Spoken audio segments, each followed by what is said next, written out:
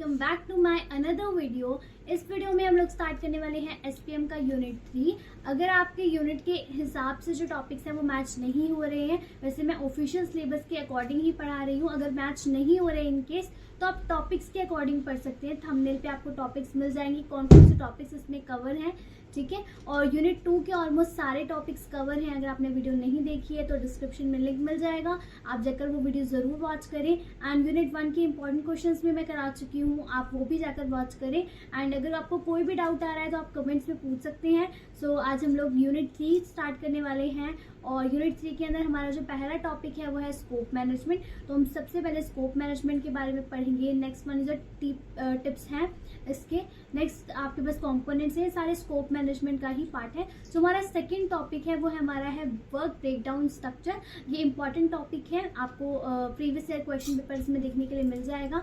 Next आपके पास जो third topic आता है वो है ये स्कोप वेरिफिकेशन एंड कंट्रोल। या आपको एग्जैक्टली भी पूछ सकते हैं या फिर आपको साइड टॉपिक में भी पूछ सकते हैं, ठीक है। ये हमारा सेम टॉपिक है। एंड प्रोसेस इंस्ट्रूमेंटेशन आएगा आपके पास, ये आपका इंपॉर्टेंट टॉपिक है जिसके अंदर आपको सॉफ्टवेयर मैट्रिक्स को एक्सप्लेन करना है एंड 7 कोर्स ऑफ मैट्रिक्स को एक्सप्लेन करना है। ये आपका मोस्ट इंपॉर्टेंट क्वेश्चन है जो आपको बार बार आया है last previous year question papers में।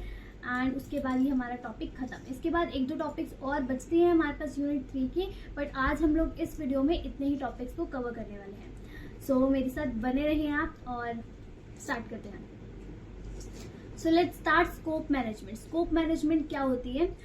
Project scope management is the process of defining the total amount of work required to complete a project, which include task, goals, deliverable, cost and deadlines। अब scope की बात हम लोग बिल्कुल starting से करते आ रहे हैं, जब से हम लोग ने यूनिट 1 पढ़ना स्टार्ट किया है कि जब भी हम लोग scope की बात करते हैं तब हम लोग अमाउंट ऑफ टाइम की बात करते हैं, अमाउंट ऑफ वर्क की बात करते हैं कि कितने टाइम में हमारा कितना काम कंप्लीट हो सकता है या फिर कितना ये जो काम है वो कितने टाइम में कंप्लीट हो सकता है। दोनों तरफ से वाइस वर्सा हम लोग इस चीज़ को देख सकते हैं। तो अगर हम लोग अपने काम को कंप्लीट करने की बात कर रहे हैं, चाहे वो हमारा कोई भी टास्क हो, चाहे वो हमारा कोई गोल हो, चाहे वो हमारे डिलीवरेबल्स हो या फिर कोर्स के अकॉर्डिंग हम किसी काम को कंप्लीट करना चाहते हैं या फिर कोई डेडलाइन है हमारी कि हमें 5 महीने तक ये काम कंप्लीट चाहिए, तो वो चीज़ हमारे स्कोप मैनेजमेंट के अंदर आएगी, स्कोप के अंदर आएगी ये चीज़ सब चीज़ें। और उसको मैनेज कैसे करना है वो हमारे फर्दर अलग टॉपिक है, ठीक है।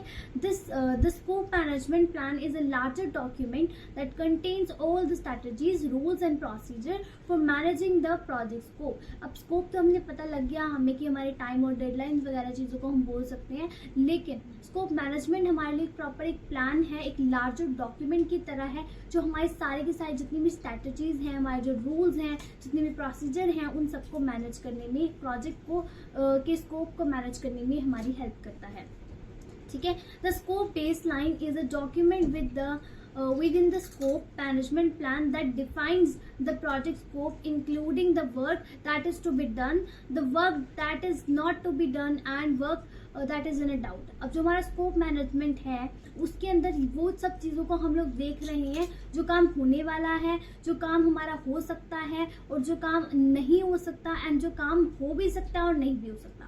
विच मीन्स जो काम हो सकता है वो तो हमारा है डन होगा, ठीक है। जो काम नहीं हो सकता वो नॉट डन में आ जाएगा। एंड जो काम हमारा हमें पक्का यकीन नहीं है, हो भी सकता है नहीं भी हो सकता, वो काम डाउट में है, तो हमारा work that is not to be done में नहीं आएगा, work that is in doubt में आएगा, ठीक है। तो तीनों चीज़ों को हम स्कोप के अंदर बताएंगे, ठीक है, ओके। सो नेक्स्ट टॉपिक है हमारा tips for successful scope management. तो टिप्स क्या है अगर हमें स्कोप को मैनेज करना है इन अ सक्सेसफुल वे, तो हमारे पास उसके कुछ टिप्स हैं या फिर आप बोल सकते हो कुछ की पॉइंट्स हैं। तो वो क्या है हमारे पास? Understand the project. सबसे पहले हमें प्रोजेक्ट को अंडरस्टैंड करना पड़ेगा कि उस प्रोजेक्ट के लिए पर्टिकुलरली हमें कितना स्कोप बताना चाहिए स्टेक होल्डर को कि कितने टाइम में बन सकता है, उसके अंदर कितनी उसकी डेडलाइन हम लोग दे सकते हैं। वो सब चीज़ों को अंडरस्टैंड करना प्रोजेक्ट को बहुत ज़रूरी है। आइडेंटिफाई द प्रोजेक्ट रिक्वायरमेंट्स, और उनकी रिक्वायरमेंट्स को समझना भी ज़रूरी है कि जो हमारा जो प्रोजेक्ट है, फॉर एग्जांपल उसको टेस्टिंग, वो बहुत ज़्यादा ऐसा प्रोजेक्ट है जिसके अंदर बहुत ज़्यादा कोड लिखा जाने वाला है। दैट मीन्स में कोडिंग का जो काम है वो लेंथी रहने वाला है, यानी कि कोडिंग को ज़्यादा टाइम लगेगा। तो हमारी उस प्रोजेक्ट की क्या रिक्वायरमेंट्स है कि उसको कोडिंग के लिए ज़्यादा टाइम चाहिए। तो इस तरीके की जो रिक्वायरमेंट्स हैं हमें उसको आइडेंटिफाई करना है, या फिर उसके अंदर हमें कुछ ऐसा कोडर चाहिए, या फिर उसमें कुछ ऐसी लैंग्वेज यूज़ होने वाली है जो हमें आसपास हमारे पास उस तरह के एम्प्लॉयज़ नहीं मिलते, हमें बाहर से बुलाना पड़ेगा किसी एम्प्लॉय को, तो वो भी हमारे एक तरीके से आइडेंटिफाई द प्रोजेक्ट रिक्वायरमेंट, वो भी हमारे प्रोजेक्ट की रिक्वायरमेंट है। Then hire a qualified project manager. अब हम किसी भी पर्सन को मैनेजर नहीं बना सकते, हम उस पर्सन को मैनेजर बनाते हैं जो क्वालिफाइड हो, जिसको हर एक फेज का, हर एक स्टेज का जो है नॉलेज रहे, और उसको पता हो किस तरीके से वो कोऑर्डिनेट कर पाए, कम्युनिकेट अच्छा कर पाए, मोटिवेट कर पाए, इंस्पायर कर पाए लोगों को। तो हमें क्वालिफाइड प्रोजेक्ट मैनेजर को ही हायर करना है। नेक्स्ट आपका आता है मेंटेन कम्युनिकेशन। तो किस तरीके से हमें अपनी कम्युनिकेशन को मेंटेन करना है। कभी कभी ऐसा होता है कि आपको जो पूरा का पूरा प्रोजेक्ट है, सॉफ्टवेयर है, इसके बीच में जितनी भी आप कोऑर्डिनेशन करोगे सिर्फ आप इंग्लिश में ही करने वाले हो, फिर आप कोई और लैंग्वेज रख देते हो, हिंदी में ही करने वाले हो, मराठी में ही करने वाले हो, तो उस तरीके से आप कम्युनिकेशन को भी मेंटेन करके रखो। थर्ड, नेक्स्ट है आपका fifth, identify team member strength and weakness. आपको किस मेंबर को क्या काम देना है, उसकी स्ट्रेंथ और उसकी वीकनेस के अकॉर्डिंग, ठीक है। तो अगर कोई बहुत ज़्यादा अच्छा है कम्युनिकेशन में, तो आप उसको समझाने का काम दे सकते हो, गाइड करने का काम दे सकते हो। अगर कोई टेस्टिंग में अच्छा है, उसको टेस्टिंग का काम दोगे अब, ठीक है। नेक्स्ट आता है आपके पास take advantage of management tools. ऐसा नहीं है कि अगर आप नया प्रोजेक्ट बना रहे हो तो हर बार आप नए नए टूल्स को ही मार्केट से जाके परचेज करोगे। तो आपके पास जो ऑलरेडी टूल्स हैं उनको क्या करो, आप उनका एडवांटेज उठाओ, उनको मैनेज करो, उनको अपनी टीम में लेकर आओ, उनको अपने प्रोजेक्ट में यूज़ करिए, ठीक है। Practice risk management. तो जो भी आपके रिस्क हो सकते हैं उनको आइडेंटिफाई करें, उन एजम्पशन करें, उनमें इमेजिन करें कि इस टाइप का रिस्क आ सकता है, उस पर आप प्रैक्टिस करके देखें, ठीक है। Test deliverables. जो भी आपके डिलीवरेबल्स हैं उन्हें टेस्ट करें। Evaluate the project and overall जो भी आपका प्रोजेक्ट है उसको प्रॉपरली इवैल्यूएट करें हर एक एरिया से, ठीक है। ये आपकी टिप्स हैं, आप चाहें तो सारे मेंशन करें, आप चाहें तो इसमें से 3 या 4 मेंशन करें। अच्छा है, आपको फुल मार्क्स मिलेंगे अगर आप इस तरीके से लिखते हैं तो। उसके बाद आते हैं हमारे पास स्कोप मैनेजमेंट की कंपोनेंट्स क्या क्या है। पहला है प्लानिंग, फिर डिटेलिंग, फिर चेकिंग, फिर कंट्रोलिंग। ये आपके एक तरीके से लाइफ साइकिल की तरह ही है कि इसके अंदर सबसे पहले प्लानिंग करेंगे कि हमें पता हो कि किस तरीके से काम करना है, किस तरीके से हमारा प्रोजेक्ट स्टार्ट होने वाला है, क्या इनिशिएशन है उसकी, वो सब चीज़ें। फिर उसकी डिटेलिंग, फिर हमने जब स्टार्टिंग की चीज़ों को फिगर आउट कर दिया है फिर उसकी डिटेल स्टडी करेंगे ताकि हमारे जो भी गोल्स हैं उन तक हम लोग पहुँच सकें, ठीक है। फिर उसके बाद चेकिंग करेंगे, इसके अंदर हमारी टेस्टिंग आ जाएगी कि मेक श्योर करेंगे जो भी हमने प्लान बनाया था उसके अकॉर्डिंग काम हुआ है या नहीं हुआ है। And then controlling. अगर हमें लगता है कि कोई चेंजेस हमें करने की ज़रूरत है तो हम उसमें कंट्रोल करेंगे, उसको चेंज करेंगे। एंड अगर नहीं हमें लगता तो हम उसको वैसे ही छोड़ देंगे। और अगर हमें लगता है कोई काम ऐसा है जिसको अवॉइड करने की ज़रूरत है तो उसको अवॉइड करेंगे। तो ये 4 चीज़ें आपकी वही फिजिकल जो हमने लाइफ साइकिल पढ़ा था वो सेम चीज़ें इसमें इम्प्लीमेंट हो रही है। उसके बाद हमारे पास ये फर्स्ट जो टॉपिक था मेरा स्कोप मैनेजमेंट का वो खत्म हो गया है। सिंपल स्कोप मैनेजमेंट क्या होता है, मेरे टाइम वगैरह की बात करते हैं हम लोग, किस तरीके से उसको मैनेज करते हैं, उसके की पॉइंट्स हैं एंड उसके बाद उसके कंपोनेंट्स हैं। आप चाहें तो उसको डिटेल में लिख सकते हैं, जो मैंने बोला आपको भी लाइफ साइकिल में जो हमने पॉइंट्स लिखे हैं वही वाली जो थ्योरी आप इसमें मेंशन कर देंगे तो सही है आपके लिए, ठीक है। सो जो नेक्स्ट टॉपिक है हमारा वो है work breakdown structure. Important topic है ये और आपको ये WBS करके भी पूछ सकते हैं और ये 2 मार्क्स में पूछा जा सकता है एंड फुल फ्लेज क्वेश्चन भी आ सकता है इसका और आपको साइड क्वेश्चन में भी पूछ सकते हैं। So, work breakdown structure is the project management tool that breaks down a project into smaller things और more manageable components। यानी कि एक बड़ा प्रोजेक्ट है जो आपका या फिर एक बड़ा जो स्ट्रक्चर है आपका कोई भी काम करने का, उसको आप जो स्मॉलर पार्ट्स में डिवाइड करते हैं, ब्रेक डाउन करते हैं, तो उन सारी चीज़ों को आप मैनेजेबल कंपोनेंट्स में डिवाइड करते हैं तो आप उसको बोलते हैं वर्क ब्रेक डाउन स्ट्रक्चर। यानी कि आपने वर्क को ब्रेक डाउन तो कर दिया बट एक स्ट्रक्चर में किया। ऐसा नहीं किया कि आपने एक पर्सन को दे दिया कि आपको सिर्फ 1 यूनिट पे काम करना है और एक पर्सन को आपको बोला 5 यूनिट पे काम करना है और आपने उन दोनों को इक्वल टाइम दिया, तो ये तो उनके लिए उनके साथ नाइंसाफी है। तो इस तरीके से जो आप वर्क को ब्रेक डाउन कर रहे हैं तो एक स्ट्रक्चर वे में कर रहे हैं, ठीक है। वो मैंने आपको एग्जांपल दी है और एक स्ट्रक्चर वे में क्या करेंगे आप 2 एक को दे दें यूनिट, 2 एक को दे दे काम करने की। दैट मीन्स जो है स्ट्रक्चर वे में आपने ब्रेक डाउन किया तो वो इक्वल टाइम पर दोनों के दोनों काम को कंप्लीट कर सकेंगे, ठीक है। It's a visual representation of a project deliverables and how they are connect to overall project। अगर आपने काम को डिवाइड किया है फर्दर ऐसे जैसे 4 एम्प्लॉय हैं तो चारों के पास अलग अलग काम है एंड एट द एंड आप उसका सबको जो है कोलैब करेंगे, उस काम को ओवरऑल प्रोजेक्ट को कनेक्ट करेंगे, तभी तो आपका एट द एंड जो मेन प्रोजेक्ट है वो निकल के आएगा। ठीक है, each level of the structure goes into more detail making it easier to understand handle the project. अब अगर मुझे एक बड़ा टॉपिक पढ़ाना है, फॉर एग्जांपल यूनिट 3 मैंने स्टार्ट करी है और आज मैं पूरी यूनिट 3 आपको एक वीडियो में कवर करा दूं, तो उसमें क्या रहेगा, आपको इतने अच्छे से समझ नहीं आएगा और मैं भी थक जाऊंगी आपको समझाते समझाते, है ना। तो उसमें रहेगा आपको भी एक बारी एक वीडियो में इतना सारा डिटेल में पढ़ना मुश्किल हो जाएगा। सेम चीज़ यहाँ पर भी है, अगर मेरे पास एक कोई भी टॉपिक है या फिर एक कोई भी प्रोजेक्ट है, उसको मैं जब टुकड़ों में बांटती हूँ, उसको मैं वर्क को ब्रेक डाउन करती हूँ, तो मैं उसको एक टॉपिक को फर्दर डिटेल में पढ़ा सकती हूँ, फर्दर डिटेल में मैं उसको स्टडी कर सकती हूँ और वो इजी रहता है अंडरस्टैंड करना और उसको हैंडल करना भी इजी रहता है। जैसे मैंने यहाँ पर एक वीडियो के अंदर 4 टॉपिक्स पढ़ा, देन नेक्स्ट वीडियो के अंदर फिर से मैं 2-3 टॉपिक्स पढ़ाऊंगी, तो ये मेरे लिए भी ईजी रहेगा, आपके लिए भी ईजी रहेगा। तो मेरा एक जो प्रोजेक्ट था वो ये था कि मुझे यूनिट 3 कवर करना है, तो मैंने उसको किस तरीके से डिवाइड किया कि 4 टॉपिक मैंने एक वीडियो में डाल दिए और 4 टॉपिक मैंने एक वीडियो में डाल दिए, एंड देन जो वो 4 वाले टॉपिक्स थे वो क्या हो गए, मेरे फुल डिटेल में मैं आपको अच्छे से पढ़ा रही हूँ। वरना अगर मैं सारा यूनिट आपको एक वीडियो में पढ़ा रही होती तो मैं इतनी डिटेल में आपके सामने के लिए नहीं ला सकती थी पीपीटी। ठीक है, सेम चीज़ ये आप प्रोजेक्ट के साथ रिलेट करें तो आप ओके ठीक है, डिटेल में हम लोग पढ़ेंगे और वो इजी रहेगा अंडरस्टैंड करना। देन आपको किस तरीके से जो WBS है यानी कि वर्क ब्रेकडाउन स्ट्रक्चर है वो आपको किस तरीके से हेल्प करता है, वो हमारी प्लानिंग में भी हेल्प करता है। फॉर एग्जांपल हम एक बहुत बड़ा कॉम्प्लेक्स कोई प्रॉब्लम सॉल्व करना चाह रहे हैं, कोई कॉम्प्लेक्स प्रोजेक्ट बनाना चाह रहे हैं, तो उसकी हर एक चीज़ को प्लान करना मेरे अकेले के लिए मुश्किल रहेगा। तो मैं अपने साथ कुछ टीम में मेम्बर्स होंगे, उनको आधा आधा काम डिवाइड कर दूंगी कि आप टेस्टिंग वाले काम को हम किस तरीके से प्लान करें, ये वाला काम आप कर लें, डिज़ाइन वाले काम को हम किस तरीके से प्लान करें वाला काम आप कर लें, और स्टेक होल्डर्स के साथ कैसे कम्युनिकेट करना है, फिजिबिलिटी स्टडी वाला काम मैं कर लेता हूँ। तो वो सारी चीज़ें जो है प्लान को भी मैंने कॉम्प्लेक्स जो थी मेरी प्रॉब्लम उसको मैंने डिवाइड कर दिया इन द प्लान। ठीक है, ऑर्गेनाइजिंग के अंदर भी ये ईजी रहेगा। अब जब मैंने सबको अलग अलग काम डिवाइड कर दिया तो ऑर्गेनाइज रहेगा, क्योंकि मुझे पता है कि पर्सन 1 जो है मेरा वो टेस्टिंग का ही काम करेगा। तो जब भी मुझे टेस्टिंग की रिक्वायरमेंट्स पूछनी है तो जाके पर्सन 1 से कम्युनिकेट करूंगी, तो इस तरीके से मेरा जो काम है वो ऑर्गेनाइज रहेगा। Next one is tracking progress. अब जब मुझे पता है कि जो मेरी कॉम्प्लेक्स प्रॉब्लम है अगर एक ही पर्सन उसको एनालाइज करेगा तो उसके लिए डिफिकल्ट रहेगा, है ना। तो वो अलग अलग जो पर्सन है जिसको मैंने काम असाइन किया है, अगर वो एनालाइज करेंगे तो उसकी प्रोग्रेस भी अच्छी रहेगी और हम उसको ट्रैक भी कर पाएंगे। ठीक है, ईजी रहेगा हमारे लिए ट्रैक करना उसकी प्रोग्रेस को। देन कम्युनिकेशन में भी हमारी ये हेल्प करेगा। एक बड़े प्रोजेक्ट को अगर मुझे एक्सप्लेन करना है तो मैं हर एक फेज के अंदर इतनी डिटेल में जाके एक्सप्लेन नहीं कर पाऊंगी, लेकिन अगर मेरा टेस्टिंग वाला जो पर्सन है वो टेस्टिंग वाले काम को एक्सप्लेन करेगा इन डिटेल, वो अच्छे से कर सकता है और एज अ मैनेजर वो थोड़ा सा ब्रीफली एक्सप्लेन कर देगा कि ऐसा ऐसा काम हुआ है इसमें। वो जो टेस्टिंग वाला है जिसने टेस्टिंग की है वो डिटेल में एक्सप्लेन कर सकता है। तो ये भी इसकी एग्जाम्पल हो सकती है वर्क ब्रेकडाउन स्ट्रक्चर की, कि जो काम है जब हम डिवाइड कर रहे हैं तो उसके अंदर जो कम्युनिकेशन है वो हमारी फैसिलिटेट रहती है, एंड उसके अंदर जो हमारी कम्युनिकेशन है वो collaboration among the project team members and stake holders, और जो कम्युनिकेशन है वो बढ़ जाती है किसके बीच में, स्टेक होल्डर्स के बीच में, टीम मेंबर्स के बीच में, क्योंकि काम क्या है फर्दर डिवाइडेड है तो सबको मिलकर काम करना पड़ रहा है। Next is your risk management.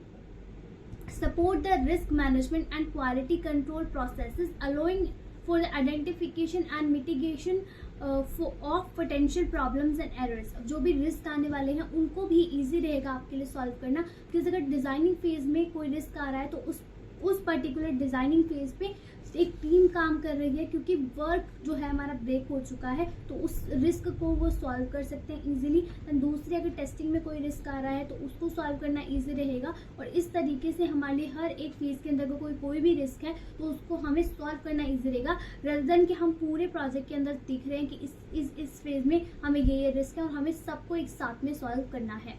ठीक है, नेक्स्ट ईयर रिसोर्स मैनेजमेंट में हमारी हेल्प करेगा, टास्क मैनेजमेंट में हेल्प करेगा, टीम मैनेजमेंट में हेल्प करेगा। तो जो WBS है अगर हमने टीम्स में काम डिवाइड कर दिया है तो वो टीम मैनेजमेंट में भी हमारी हेल्प कर रहा है। अगर हमने टास्क में काम डिवाइड किया है कि 2 लोग जो है वो हमारे कंप्यूटर्स पे काम करने वाले हैं, 4 लोग जो हैं वो हमारे डॉक्यूमेंटेशन पे काम करने वाले हैं, तो इस तरीके से वो हमारे टास्क मैनेजमेंट में भी हमारी हेल्प करता है। और रिसोर्स मैनेजमेंट जैसे हमने बोला कि एक ये जो प्रिंटर है इसको 4 लोग यूज़ कर सकते हैं, तो इस तरीके से हमारे रिसोर्स मैनेजमेंट में भी हमारा जो वर्क ब्रेकडाउन स्ट्रक्चर है वो हमारे लिए हेल्पफुल है।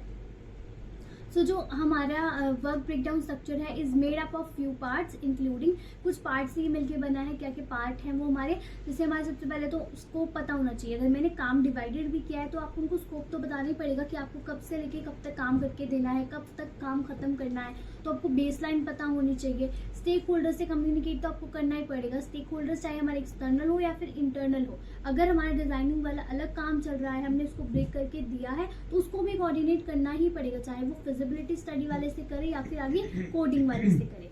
ठीक है, ऐसे ही प्रोजेक्ट शेड्यूल वाला है। एंड नेक्स्ट हमारे पास डिलीवरी एंड सपोर्टिव सब टास्क। अब हमारे पास एक काम चल रहा है, उसके अंदर उसकी फर्दर सब टास्क है या फिर सब स्टेप्स है, उसके साथ भी उसको इंक्लूड करना है। वो भी जो पार्ट्स हैं उसको ध्यान में रखना है। ठीक है, नेक्स्ट आपके पास आते हैं steps for creating a WBS। अगर हम चाहते हैं अपना वर्क ब्रेकडाउन स्ट्रक्चर बनाना तो उसको किस तरीके से हम लोग बना सकते हैं। सबसे पहले तो हमें स्कोप पता होना चाहिए कि हमें अगर एक प्रोजेक्ट बनाकर देना है at the end of the May, तो उसका एक स्कोप है कि हाँ इस स्कोप के अंदर देना है, तभी मैं अपने काम को डिवाइड करूंगी। कि आप डिज़ाइनिंग वाले को मैंने काम डिवाइड करके दिया कि आप 4 दिन में काम करके दें, फिर मैंने कोडिंग वाले को काम करके दिया कि जैसे डिज़ाइनिंग वाले का खत्म होगा वैसे आपने स्टार्ट कर देना। आपका काम है आपको 10 दिन में कोडिंग करके देनी है। देन हमें टेस्टिंग वाले को बोल रही हूँ जैसे ही कोडिंग वाले का काम खत्म होता है आपने टेस्टिंग करनी स्टार्ट करनी। तो उस तरीके से मैं जो स्कोप है, जो ऑब्जेक्टिव को मीट करे मेरा टाइम और मेरी जो भी रिक्वायरमेंट्स है उनको, तो उसको भी मैं स्कोप के अंदर लेकर आऊँगी। सेकेंड आता है आपके पास ब्रेक इट डाउन इनटू की फेजेस एंड डिलीवरेबल्स। जो आपकी की फेजेस हैं यानी कि जो इंपॉर्टेंट फेजेस हैं उसके अंदर आपने ब्रेक डाउन करना है। अब डिज़ाइन के अंदर आप डिज़ाइनिंग, टेस्टिंग और हमें पता है कोडिंग, ये हमारे इंपॉर्टेंट फेजेस हैं। हमने 3 चीज़ों में डिवाइड कर दिया। अब डिज़ाइन के अंदर फर्दर, टेस्टिंग के अंदर आप फर्दर डिवाइड करें, यूनिट टेस्टिंग, फिर आप एक्सेप्टेंस टेस्टिंग, फिर आपकी कोई और इंटीग्रेशन टेस्टिंग, इसमें फर्दर डिवाइड करें वर्क ब्रेकडाउन स्ट्रक्चर। तो उसकी इतनी ज़रूरत नहीं है। अगर बहुत ही कोई कॉम्प्लेक्स प्रॉब्लम है तब नीड है तब करिए, अदरवाइज अगर स्मॉल कोई प्रोजेक्ट है उसमें नहीं ज़रूरत है इतने वर्क को ब्रेक डाउन करने की, तो वो नहीं करिए। तो की पॉइंट्स को आपने, की फेजेस को क्या करना है, आपने ब्रेक डाउन करना है। Next, organise deliverables into work packages. जो आपका काम है, जो भी आपने वर्क को ऑर्गेनाइज किया, उसको पैकेजेस में आपने ऑर्गेनाइज करके उसको डिलीवर करना है। Next, break down each deliverables into all the task and sub task required to the complete them. जो भी हमने काम को डिवाइड किया है उनके सब टास्क को, उनके टास्क को according to the time, according to the deliverables हमें क्या करना है, कंप्लीट करके आगे देना है। तो ये हमारे पास हो गए हमारे किस तरीके से स्टेप्स रहने वाले हैं और किस तरीके से हेल्प करने वाले, ये चीज़ें हमने देख ली है। एंड देन इसके एलिमेंट्स आ जाते हैं, ये आप लोग मेंशन कर सकते हो अगर फुल फ्लेज क्वेश्चन आता है आपका। ठीक है, सबसे पहले आता है वर्क पैकेजेस। सबसे पहले हम वर्क पैकेजेस की बात करते हैं। जैसे आपने जावा में पढ़ा होगा, हमारे पास पैकेजेस होते हैं जिनको हम अपने कोड के अंदर रखते हैं, जिससे हम लोग यूज़ करते हैं। एंड C++ में भी इस तरह के पैकेजेस होते हैं। या फिर आप इसको सोचिए कि हमें कोई काम करना है तो उसके अंदर हम पहले से प्री डिफाइंड चीज़ें होती हैं पैकेजेस के अंदर जिसको हम यूज़ कर सकते हैं। तो स्मॉलेस्ट यूनिट ऑफ वर्क, तो पैकेजेस बनाइए यानी कि छोटे छोटे काम करके आप रख दीजिए जिसको हम यूज़ कर सकें आगे। डिलीवरेबल्स, टेंजिबल और इनटेंजिबल प्रोजेक्ट आउटपुट्स, यानी कि जो भी हमारा काम निकल के आ रहा है, टेंजिबल और इनटेंजिबल जिनको हम टच कर सकते हैं और नहीं कर सकते, उस तरीके के जो आउटपुट्स हैं आपकी, उनको भी आपका जो ये एलिमेंट है हमारा WBS का। फेजेस, आपके अलग अलग फेजेस रहने वाले हैं, स्टेप्स रहने वाले हैं, तो वो सारे के सारे स्टेजेस को भी आप देखेंगे WBS के अंदर। एंड आपके जो भी सब प्रोजेक्ट हैं या फिर सब टास्क हैं, जब भी आप बड़े को छोटे में डिवाइड करते हैं तो वो छोटे छोटे पार्ट्स में डिवाइड हो जाता है। तो उस तरीके की चीज़ें जो हैं वो भी आपकी एलिमेंट्स के अंदर आती हैं। वर्क पैकेजेस, डिपेंडेंसीज, अब आपने जब फर्दर डिवाइड किया है तो हर एक जो वर्क है वो दूसरे पे डिपेंड करता है। तो जो वर्क पैकेजेस की जो डिपेंडेंसी है वो बढ़ जाती है। तो वो टास्क कैसे सीक्वेंस रहने वाला है, कैसे उनके बीच में रिलेशनशिप रहने वाला है, ये सब चीज़ें। Resource assignment, identification of necessary resource में, तो हम क्या करेंगे, जो भी हमारे रिसोर्सेज हैं उनको किस तरीके से असाइन करना है, कैसे उनको आइडेंटिफाई करना है, कौन से रिसोर्सेज कौन यूज़ करने वाला है, कितने यूज़ करने वाला है, ये सारी की सारी नेसेसरी जो हमारी रिक्वायरमेंट्स हैं उनको हम लोग रिसोर्स असाइनमेंट के अंदर देखेंगे। ठीक है, cost estimate for each work packages और डिलीवरेबल्स की हर एक पैकेज के लिए या फिर हर एक डिलीवरेबल के लिए या हर एक स्मॉल टास्क के लिए आपकी कितनी कॉस्ट एस्टिमेशन रहने वाली है, ये सारी हमारे एलिमेंट्स के अंडर आती है। ठीक है, आप चाहें तो उसको डिटेल में लिखें, आप चाहें तो उसको ओमिट भी कर सकते हैं, आप चाहें तो उसको ना लिखें। अगर आपको डिटेल में पूछा है क्वेश्चन तो आपको लिखना है, अगर डिटेल में नहीं पूछा तो आप उसको छोड़ सकते हैं। नेक्स्ट आपके पास, इसे पढ़िए एक बार आप।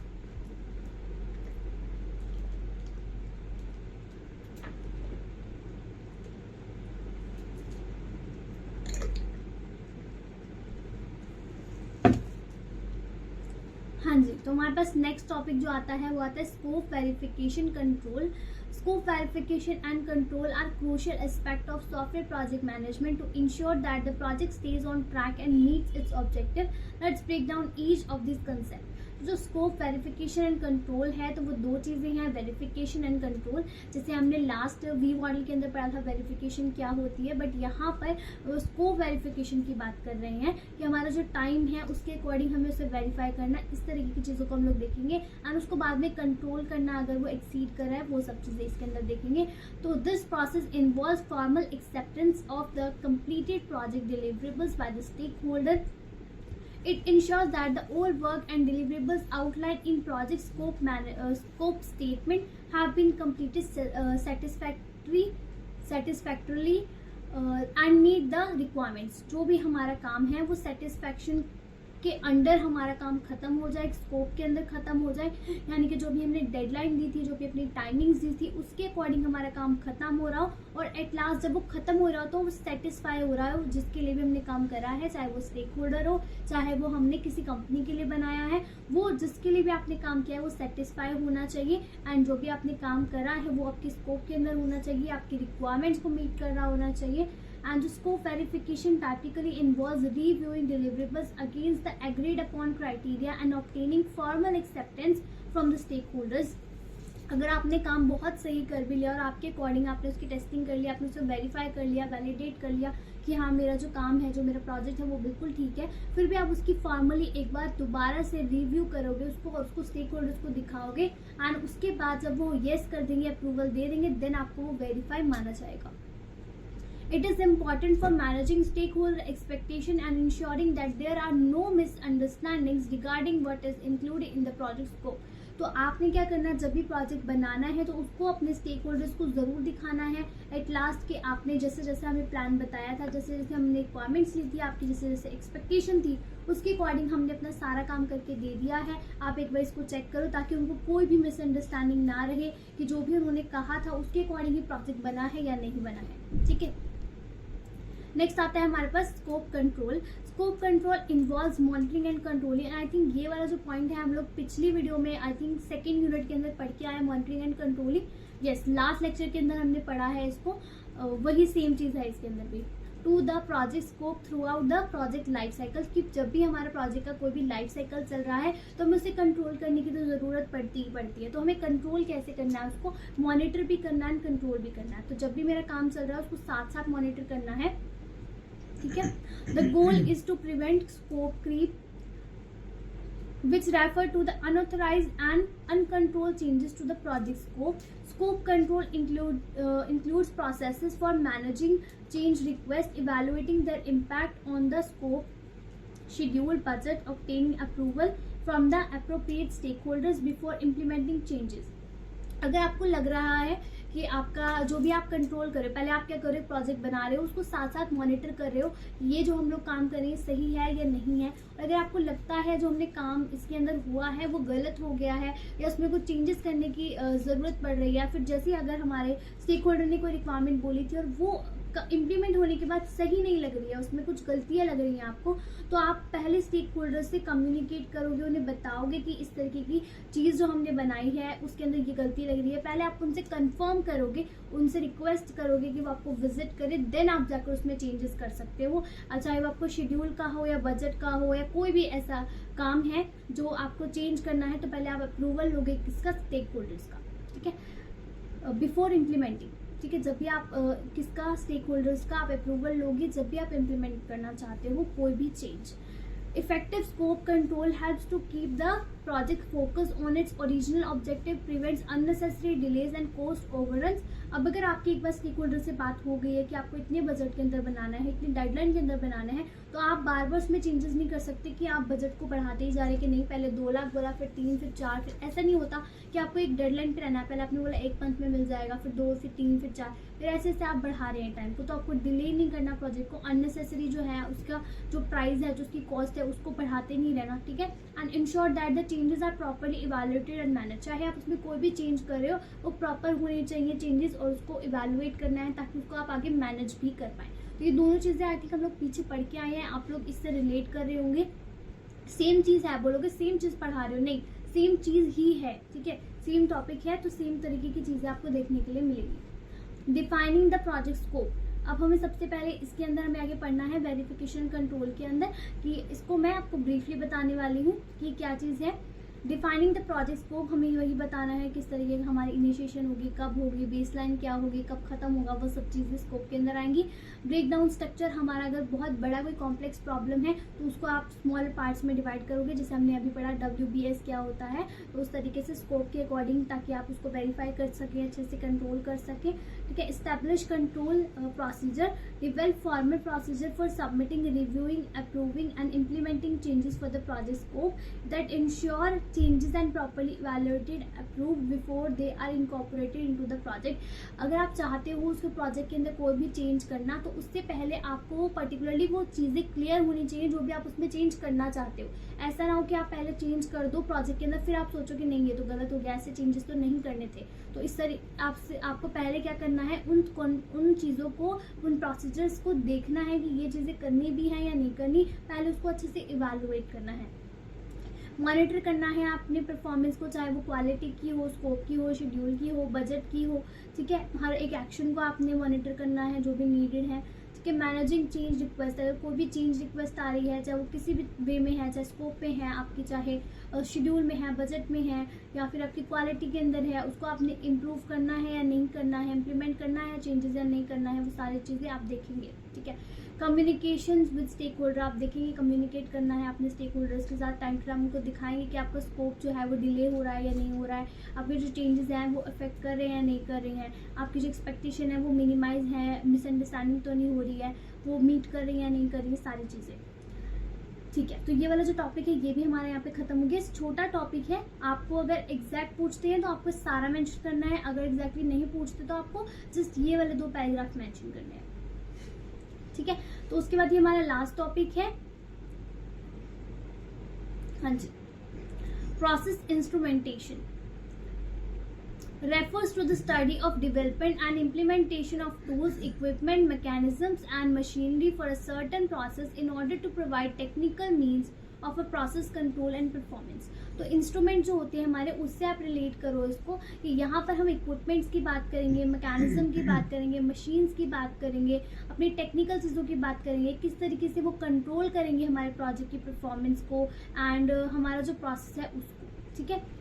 It involves workers in using a composition of necessary technological and mechanical instrument to carry out processes, control, performance and procedure, produce required result। तो किस तरीके से हमें नेसेसरी जो रिजल्ट है वो हमारे इंस्ट्रूमेंट देंगे, प्रोसेस के ऊपर काम करके, टेक्नोलॉजी की हेल्प से वो हमें देखने के लिए मिलेगा, ठीक है। तो इसके अंदर जो मेन टॉपिक है वो आपका आता है सॉफ्टवेयर मैट्रिक्स। चाहे तो क्वेश्चन आपसे ऐसे पूछा जाए सॉफ्टवेयर मैट्रिक्स क्या होता है, या फिर आपसे प्रोसेस इंस्ट्रूमेंटेशन करके क्वेश्चन पूछा जाए, तो दोनों तरीके से आपने सेम चीज़ें मेंशन करनी है।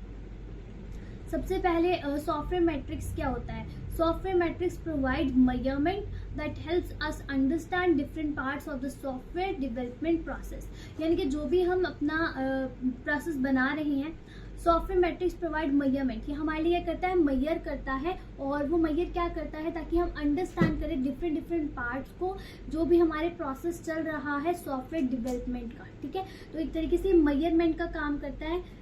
आगे देखो कैसे करता है। These metrics are use to assess the quality की उस मेजर करता है, प्रोडक्टिविटी मेजर करता है, एफिशिएंसी मेजर करता है, एंड हमारे जो सॉफ्टवेयर डेवलपमेंट की जो एक्टिविटीज़ हैं वो किस तरीके से चल रही है उनको मेजर करता है, ठीक है। जिस तरीके से हमारा थर्मामीटर हमारा क्या करता है, फीवर को मेजर करता है, उस तरीके से जो हमारे मेट्रिक्स हैं ये हमारी क्वालिटी, प्रोडक्टिविटी, एफिशिएंसी, इन सब चीज़ों को मेजर करने के काम आते हैं, ठीक है। तो यहाँ पर कुछ आपको एग्जाम्पल्स दी गई हैं, इनको भी आप पढ़ सकते हो। क्वालिटी मैट्रिक्स क्या करेगा, क्वालिटी को मेजर करेगा। प्रोडक्टिविटी मैट्रिक्स क्या करेगा, आपकी प्रोडक्टिविटी कितनी आ रही है, काम के अकॉर्डिंग आपकी आउटपुट कितनी आ रही है, वो हमारे रिसोर्सेज के अकॉर्डिंग कितनी प्रोडक्टिविटी आ रही है, वो सब चीज़ों को मेजर करेगा। टाइम मैट्रिक्स आपके टाइम को मेजर करेगा कि जितना टाइम आप उस पर स्पेंड कर रहे हो उतनी आपको लाइफ साइकिल के अंदर उसकी एग्जैक्ट आउटपुट मिल भी रही है नहीं मिल रही है, उस तरीके की चीज़ों को। देन कॉस्ट मैट्रिक्स मतलब जितना भी आप फाइनेंशियली उसके ऊपर रिसोर्सेज एलोकेट कर रहे हैं उसको कंपेयर करेगा आपके आउटकम से, यानी कि इतना पैसा तो आपने लगा दिया पर एट दी एंड आपको कुछ मतलब वहाँ पर वो रिजल्ट मिल भी रहा है या नहीं मिल रहा। सेम चीज़ अगर आप यहाँ पर टाइम इन्वेस्ट कर रहे हो उस वीडियो को, इस टॉपिक को समझने के लिए, तो आपको कुछ समझ आ भी रहा है या नहीं आ रहा, तो ये भी आपकी क्या है, यहाँ पर एक तरीके का मैट्रिक्स आप मेजर कर रहे हो। नेक्स्ट आता है आपका process matrix. Process matrix focus on evaluating the effectiveness, ये इफेक्टिवनेस को, एफिशिएंसी को, दोनों चीज़ों को मेजर करता है प्रोसेस के अंदर ही, प्रोसेस इटसेल्फ, ठीक है। नेक्स्ट आता है आपका 7 कोर मैट्रिक्स। जैसे मैंने स्टार्टिंग में बताया था वीडियो में कि ये most most most important question है, स्टार मार्क कर लो इसके ऊपर, ये आने ही वाला है आपका क्वेश्चन, मेरे अकॉर्डिंग आने वाला है, ठीक है। तो 7 कोर मैट्रिक्स आपको डायरेक्ट क्वेश्चन पूछ सकते हैं। तो आप पहले ये सॉफ्टवेयर मैट्रिक्स एक्सप्लेन करेंगे, फिर उसके बाद आपको ये एक्सप्लेन करना है। तो आपको दो तरीके के ये डिवाइडेड हैं दो ग्रुप्स के अंदर, they are classified into 2 groups, manageable indicators and quality indicators. तो हमारे पास टोटल 7 होते हैं। तो जो ऊपर वाले 3 हैं वो आते हैं मैनेजेबल इंडिकेटर के अंदर, और जो क्वालिटी इंडिकेटर है उसमें 4 आते हैं, ठीक है। तो ये हमारे 7 है टोटल। तो यहाँ वाले जो 3 हैं वो हमारे फर्स्ट वाले के अंदर आ जाएंगे, मैनेजमेंट के अंदर, एंड जो आगे वाले 4 हैं मेरे, ये सारे के सारे आ जाएंगे मेरे क्वालिटी इंडिकेटर के अंदर, ठीक है। सबसे पहले हम लोग फर्स्ट वाले को देखते हैं, वर्क एंड प्रोग्रेस। तो जो हमारा वर्क, एक बार आप इसको पढ़िए,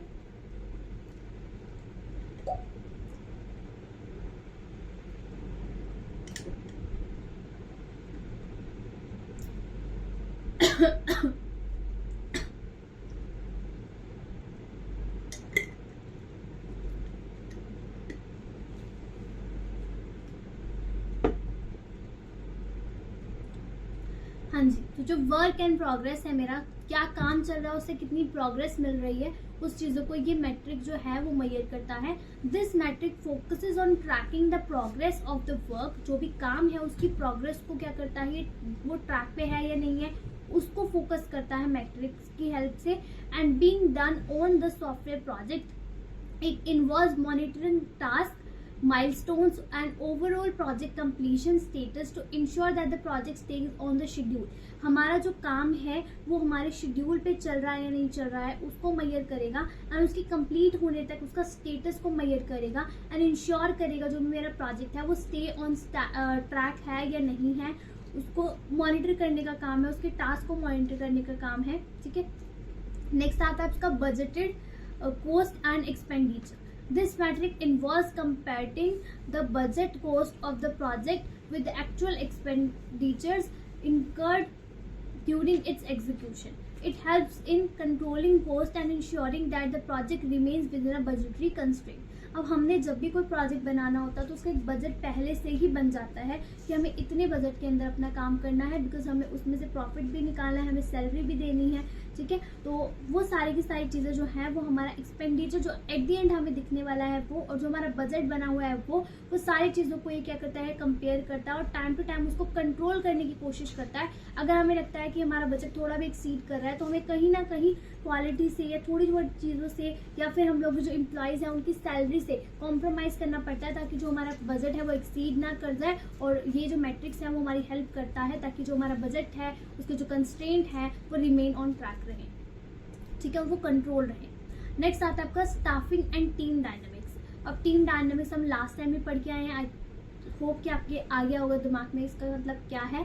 तो this metric evaluates the effectiveness of the project team in the terms of collaboration, communication, productivity, and it includes factors such as team cohesion, skill alignment and resource allocation. तो हमने पढ़ा था कि जब भी हमें स्टाफ को क्या करना है, एक्वायर करना है, लास्ट वीडियो में हमने पढ़ा है, या फिर हमारे जो टीम डायनामिक्स होते हैं वो क्या होते हैं कि जब हमें स्टाफ हमारे पास है तो उनके बीच में जो कम्युनिकेशन है, मे बी उसमें कम्युनिकेशन गैप हो, उन्हें कम्युनिकेशन में मिसगाइड हो रहे हो वो, या फिर उन्हें मिसअंडरस्टैंडिंग हो रही है कुछ चीज़ समझने में, या फिर उनके बीच में कोलैबोरेशन नहीं है, या फिर उनकी जो प्रोडक्टिविटी है वो नहीं निकल के आ रही है क्योंकि उन लोगों को एक दूसरे की बातें ही समझ में नहीं आती, या फिर उनका नेगेटिव एटीट्यूड है, या फिर हमने इस तरीके का स्टाफ एक्वायर किया है जो आपस में बात नहीं करना चाहता है, इसलिए वो इंट्रोवर्ट लोग हैं। इस तरीके की चीज़ें हो सकती हैं हमारी टीम डायनामिक्स के अंदर और स्टाफिंग के अंदर।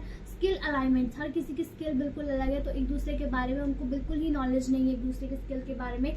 तो रिसोर्स एलोकेशन, सबके पास अपना अपना अलग अलग काम है, तो वो सारे लोग जो है आपस में कोलैब ही नहीं करते। तो इस तरीके की चीज़ों को हम लोग जो मेजर करता है वो हमारा staffing and team dynamics. Okay, next आता है हमें पास change, traffic and stability. This metric measures the frequency and impact of change introduced during the software development process. तो ये जो मैट्रिक है ये मेरा क्या मेजर करता है, फ्रीक्वेंसी मेजर करता है और किस तरह का चेंज का जो इम्पैक्ट रहने वाला है सॉफ्टवेयर डेवलपमेंट प्रोसेस के ऊपर उसको मेजर करता है. It assesses the stability of the project on by tracking how changes affect the overall system और इट्स कंपोनेंट. अगर हमने कोई भी चेंज किया है अपने प्रोजेक्ट के अंदर तो वो किस तरीके से मेरे पूरे के पूरे जो प्रोजेक्ट है उसको किस तरीके से अफेक्ट करता है, उसके कंपोनेंट्स को अफेक्ट करता है. तो उन चीज़ों को जो अफेक्ट करने वाली चीज़ें हैं वो सारा का सारा ये मेजर करता है. नेक्स्ट आपके पास breakage and modularity. This metrics focuses on the robustness and maintainability of the software code base. तो यहाँ पे जो रोबस्टनेस का मतलब है वो है वैलिडिटी, यानी कि वेरीफाई करता है एक तरीके से ये कि जो मेरा कोड बेस है, जो मेरी कोडिंग है वो मेंटेन है या नहीं है, वो सही है या नहीं है. या फिर उसको मॉड्यूल में अगर हम लोग डिवाइड करते हैं तो उनके बीच में जो डिपेंडेंसी है वो बनी हुई है नहीं बनी हुई है. रिलेशनशिप्स की बात कर रहे हैं अगर हम लोग मॉड्यूल्स के बीच में उन चीज़ की. ठीक है. It evaluates the frequency of the system failure और error. अगर ब्रेकेज है, कोई भी एरर या फिर फेलियर है, कुछ भी गलतियां हो रही हैं, उन सब चीज़ों की उनकी डिग्री को to which the code optimise देखिएगा कि हमारा जो कोड है कोडिंग है वो ऑप्टिमाइज है या नहीं है. Into the modular component that can be easily understood and modified. जो काम है वो मॉड्यूल्स के अंदर काम करना इजी रहता है, ताकि अगर हमारे 10 मॉड्यूल हैं कोड की या फिर एक प्रोजेक्ट के, तो अगर हमारे 2 प्रोजेक्ट के अंदर मॉड्यूल्स के अंदर में चेंजेस करना है तो हमें जाकर जस्ट उनको मॉड्यूल्स को चेंज करना पड़े, उनके साथ छेड़खानी करनी पड़े. बाकी सारे जो मॉड्यूल्स हैं वो हमारे ऐसे ही रहे, उसमें हमारा टाइम वेस्ट ना हो. तो ये हमारे लिए ईजिली अंडरस्टूड है. Next rework and adaptability. अगर हमें लगता है कि कोई भी काम जो है जिसको रीवर्क करना चाहिए, दोबारा करना चाहिए हमें, जैसे अगर मुझे यहाँ पे जो लग रहा है कि वर्डिंग बच्चों को समझ नहीं आएगी, मुझे लगता है कि इसकी वर्डिंग सही करके मुझे फिर उसको टेलीग्राम में अपलोड करना चाहिए, तो मैं क्या कर रही हूँ, उसको रीवर्क कर रही हूँ. और अडेप्टेबिलिटी मतलब जैसे ही मुझे लगता है कि कोई चेंज करने की ज़रूरत है मैं उस चेंज को अडेप्ट कर रही हूँ. तो ऐसे अडेप्ट होना चाहिए, अडेप्टेबल पर्सन भी होना चाहिए. ठीक है.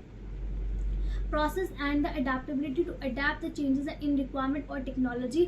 चाहे वो टेक्नोलॉजी की बात हो, अगर आप बोलते हो कि आप जैसे मैं पहले ब्लैक बोर्ड में पढ़ा रही थी, अब टेक्नोलॉजी के अंदर आप बोलते हो मुझे पीपीटी में पढ़ाओ, तो फिर वो क्या है, मैंने अडेप्ट कर लिया उस चीज़ों को भी. अगर आप टेक्नोलॉजी की बात कर रहे हो, रिक्वायरमेंट्स के अकॉर्डिंग आपको चीज़ों को अडेप्ट करना चाहिए.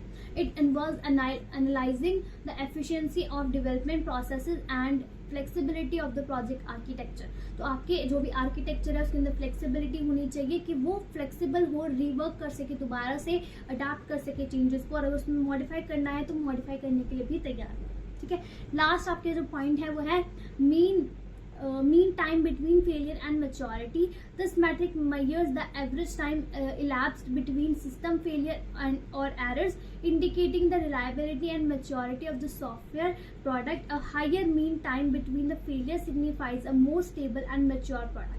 अब वो देखिएगा आपका जो ओवरऑल प्रोडक्ट है आपका वो between the failure and maturity दिखेगा. फेल होने में यानी कि वर्स्ट केस और बेस्ट केस को एनालाइज करेगा कि किस तरीके का उसका जो एवरेज केस है वो किस तरीके का होने वाला है. ठीक है. तो आई होप कि 7 के 7 आपको क्लियर होंगे. So these metrics provides valuable insight into different aspect of software project management, helping team to identify areas for improvement and make informed decision throughout the project life cycle. तो जब भी हमारा project life cycle चल रहा है तो हर एक area को ये आइडेंटिफाई करेगा और बताएगा कि किस एरिया के अंदर आपको इम्प्रूवमेंट की ज़रूरत है, किस एरिया के अंदर आपको इम्प्रूवमेंट करनी चाहिए. उसमें डिसीजन मेकिंग में आपकी हेल्प करता है. इसीलिए ये क्वेश्चन बहुत इंपॉर्टेंट है. इसी के साथ हमारा जो ये वाला वीडियो है ये भी खत्म होता है. हुदा अकेडमी चैनल को प्लीज़ सब्सक्राइब करिएगा. Thanks for watching. Like share and subscribe my channel. And इसके साथ हम लोगों ने बहुत सारे टॉपिक्स कवर कर लिए हैं और 2-3 टॉपिक्स जो बचे हैं वो भी आपको जल्दी मिल जाएंगे. अगर आपने पिछले टॉपिक्स नहीं देखे, यूनिट 1, यूनिट 2 और बहुत सारे इसमें इंपॉर्टेंट टॉपिक्स, इंपॉर्टेंट क्वेश्चन मैंने कवर कराए हैं, डिस्क्रिप्शन में लिंक मिल जाएगा, प्लेलिस्ट से जाके वॉच कर सकते हो. और अगर कोई भी डाउट है तो आप कमेंट्स में पूछ सकते हो. Okay bye guys.